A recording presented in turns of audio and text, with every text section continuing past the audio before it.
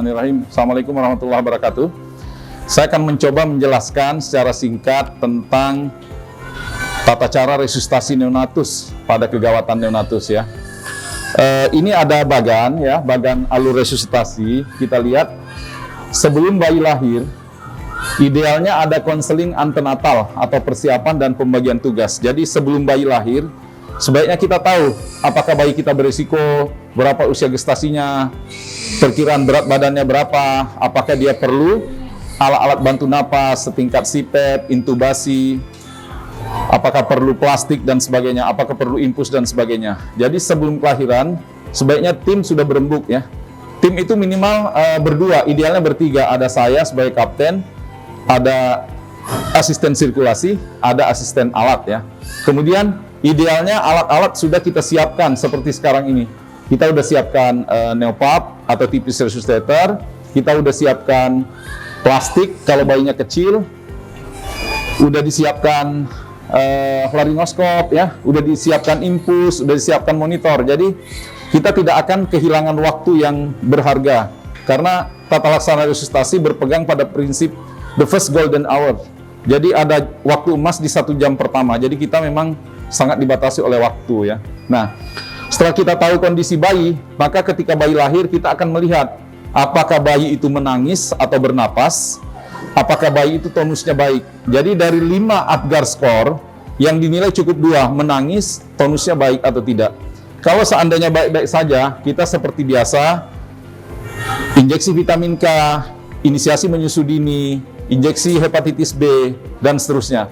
Tapi kalau dalam penilaian kita ternyata bayinya tidak bernapas atau tonusnya tidak baik, maka kita mulai melakukan namanya 6 langkah awal. 6 langkah awal itu jaga kehangatan, atur posisi, isap lendir bila perlu, keringkan sambil ransak taktil, kemudian atur posisi kembali dan menilai. Apa yang dinilai? Yang dinilai adalah usaha napas, denyut jantung, dan tonus otot ya. Usaha napas, denyut jantung, dan tonus otot. Ketika kita sudah melakukan penilaian dan ternyata bayinya tetap apnu, tidak bernapas atau megap-megap, dan atau tekanan denyut jantung kurang dari 100 kali per menit, maka kita harus melakukan PTP, ventilasi tekanan positif. Idealnya melakukan PTP, kita menggunakan alat tipis resuscitator yang mereknya Neopap ya. Kita bisa menggunakan ini namanya PTP valve, tapi ini tidak ideal karena kita tidak memberikan PEP.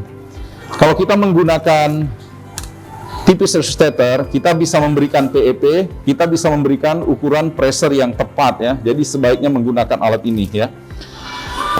Kemudian kemungkinan kedua, ketika kita menilai ternyata bayi sudah bernapas spontan, tapi bayi tetap dalam kondisi distres napas atau sesak napas, ditandai dengan napas cepat lebih dari 60 kali, retraksi, merintih, maka itu artinya bayi butuh CPAP, continuous positive airway pressure.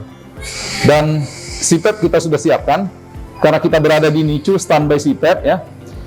Kalau kita di ruang OK atau di VK atau di UGD, barangkali tidak ada CPAP standby, kita bisa menggunakan tipis resuscitator. Lagi-lagi tipis resuscitator ini bisa berfungsi sebagai CPAP. Berbeda dengan kalau kita hanya mentransport dengan O2 ya. Baik, selanjutnya kalau seandainya dalam melakukan PTP ya, kemudian ada kegagalan dalam melakukan PTP, kita akan menilai apakah tekanannya cukup, apakah posisinya betul, apakah ada obstruksi atau lendir, apakah perlekatannya cukup. Nah, kalau itu sudah kita evaluasi dan kita sudah melakukan PTP dengan baik, tapi kondisi bayi tetap memburuk, salah satu parameternya adalah nadi turun kurang dari 60, maka itu artinya kita harus melakukan ventilasi tekanan positif dan resusitasi jantung paru atau kompresi dada ya. Nanti kita akan memperagakan ya. Nah, ada pesan di sini, bila bayi kurang dari 1.500 gram atau kurang, kita diminta untuk membungkus plastik ya, dibungkus plastik. Ini ada plastik ya. Untuk bayi-bayi kurang dari 1.500. Tujuannya untuk mencegah hipotermi. Ingat, hipotermi mematikan dan ini harus dicegah ya. Kemudian di bagan ini juga dijelaskan tentang waktu dari lahir dengan target saturasi O2.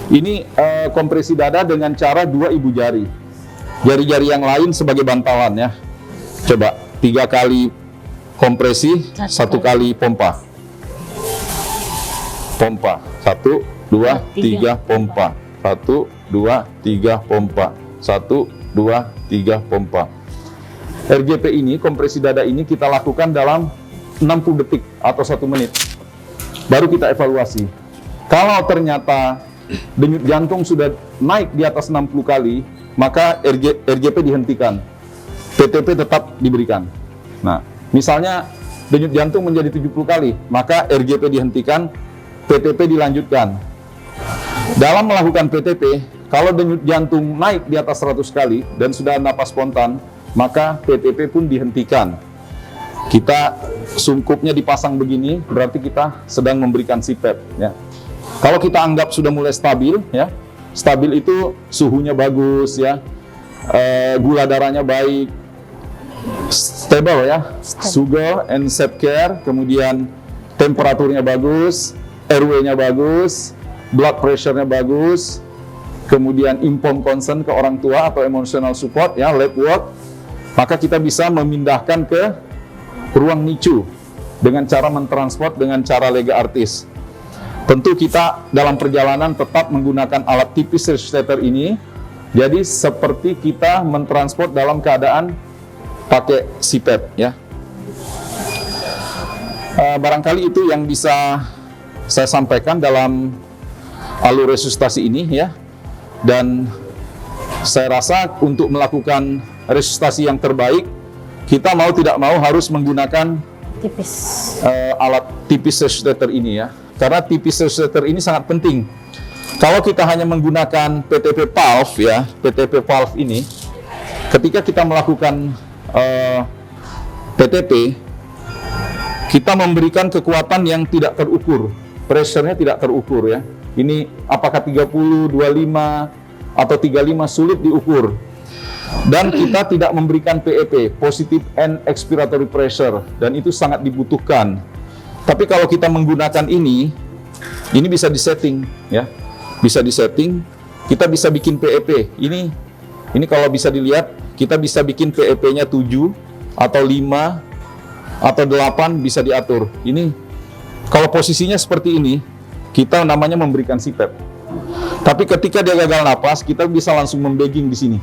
Kita membagging di sini dan pressure-nya terukur. Misalnya 30. Tadi sudah saya setting 30. Jadi siapapun yang melakukan bagging atau PTP, takarannya jelas 30 ya. Tapi kalau ini tidak terukur ya. Nah, itulah perbedaan melakukan resusitasi dengan alat tipis resuscitator dengan PTP valve biasa. Jadi ini sangat penting.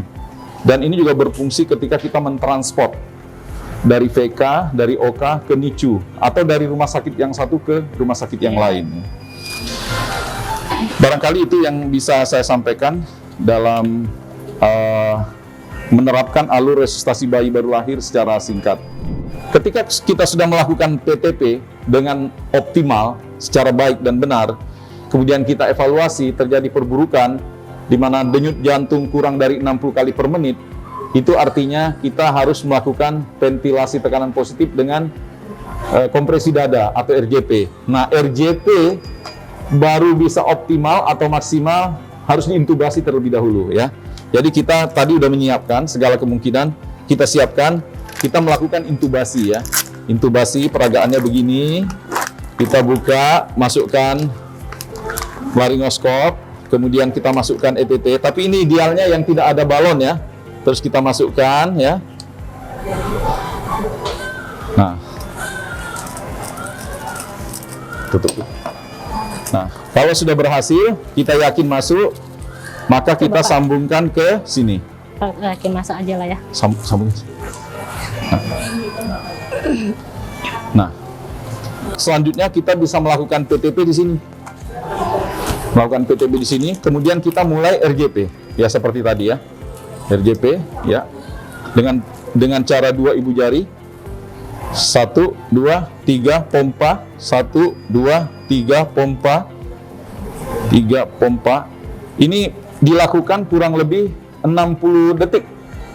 dengan kedalaman sepertiga anteroposterior, sepertiga anteroposterior. Kalau terlalu dalam bisa fraktur, bisa fraktur sini tulang iganya. Kalau kurang dalam tidak berhasil menyentuh jantung, padahal kita tujuannya mau pijat jantung ya. Jadi sepertiga anteroposterior ya. Kita lakukan selama 60 detik ya. Dan kalau kita dalam melakukan pijat jantung, kemudian kita dapatkan perbaikan, misalnya jantung lebih dari 60 kali, maka pijat jantung, kompresi dadanya di stop ya. Tetap melakukan PTP. Terus melakukan PTP sambil mengevaluasi. Kalau denyut jantung sudah naik di atas 100 kali per menit, kemudian muncul napas spontan. Nah, ini agak susah ya karena sudah diintubasi. Maka PTP bisa dihentikan ya. Kasusnya kalau begitu PTP bisa dihentikan.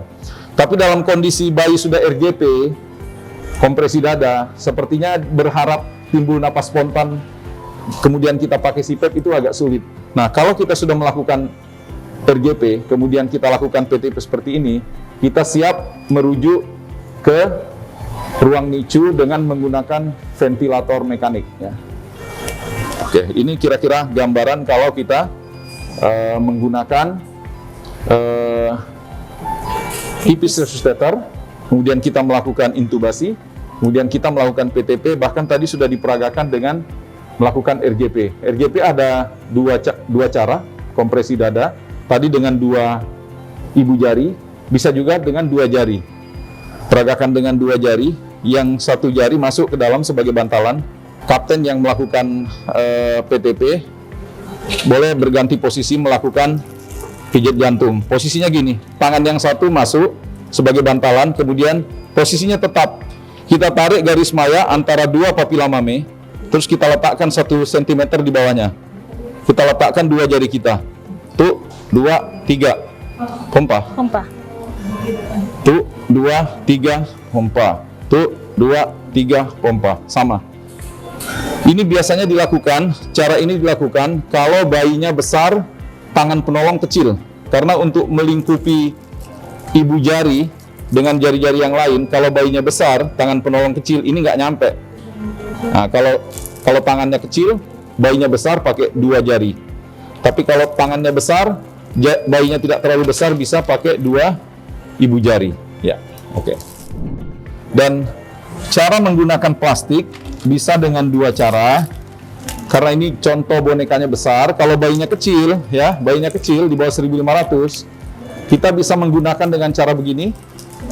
Kita sambut bayinya masuk ke sini. Coba bayinya bisa nggak? Muat nggak? Angkat bayinya, masuk, disambut begini, ya. Ini karena bayinya besar, plastiknya kecil, nggak muat nih. Muat juga ya? Muat juga. Nah, posisinya begini ya. Jadi plastiknya menutupi leher sampai kaki. Ini bayinya besar ya. Mukanya jangan ditutup ya, nggak bisa napas. Baru dikasih topi ya. Daerah yang masuk dalam plastik tidak perlu dikeringkan, biarkan basah, tidak jadi masalah. Ini penting untuk mencegah hipotermi. Karena target resusitasi adalah mendapatkan bayi menjadi warm, artinya bayinya hangat, kemudian bayinya pink, artinya kemerahan, tidak cyanosis, kemudian bayinya sugar, sweet, artinya bayinya tidak boleh hipoglikemi. Karena hipotermi, hipoglikemi, hipoksi, 3 hal yang saling beririsan, saling berhubungan dan bisa menyebabkan kematian. Dan ini adalah target yang harus dicapai dalam resusitasi, warm, pink, dan sweet. Dan hendaknya target ini dapat kita capai paling lama 1 jam. Kita berpedoman pada the first golden hour, waktu emas di 1 jam pertama. Apa yang terjadi kalau kita melakukan resusitasi tapi berlama-lama, lebih dari 1 jam, kita akan berhadapan dengan komplikasi hipotermi, intraventricular hemorrhagic, chronic lung disease, retinopathy of prematurity. Jadi sebelum kelahiran harus disiapkan persiapan alat, pembagian tugas, konseling, lalu ketika lahir kita sudah siap ya. Termasuk siap impuls, siap merujuk, siap intubasi dan seterusnya. Sebelum kelahiran kita harus melakukan konseling, persiapan alat, pembagian tugas tim dan sebagainya. Karena kita berburu dengan waktu. Kita berprinsip dengan the first golden hour. Jadi waktu emas di 1 jam pertama. Apa yang terjadi kalau kita berlama-lama, kita lebih dari 1 jam, kita akan berhadapan dengan komplikasi. Komplikasi hipotermi, komplikasi IVH, perdarahan intraventikuler, chronic lung disease, kerusakan paru, dan retinopathy of prematurity, terutama pada bayi-bayi prematur. Sehingga kita harus melakukan dengan cepat, tepat, supaya outcome bayinya bagus. Ya. Setelah kita memberikan PTP efektif selama 30 detik, dan kita sudah melakukan kompresi dada atau RJP dengan oksigen FiO2 100% selama 60 detik, tapi denyut jantung tetap berada di bawah 60 kali per menit, maka kita sudah terindikasi untuk memberikan adrenalin. Ya. Adrenalin ini diberikan dengan pengenceran dosis menjadi 1/10.000. Dosis yang tersedia 1/1000. Jadi kita encerkan menjadi 1/10.000.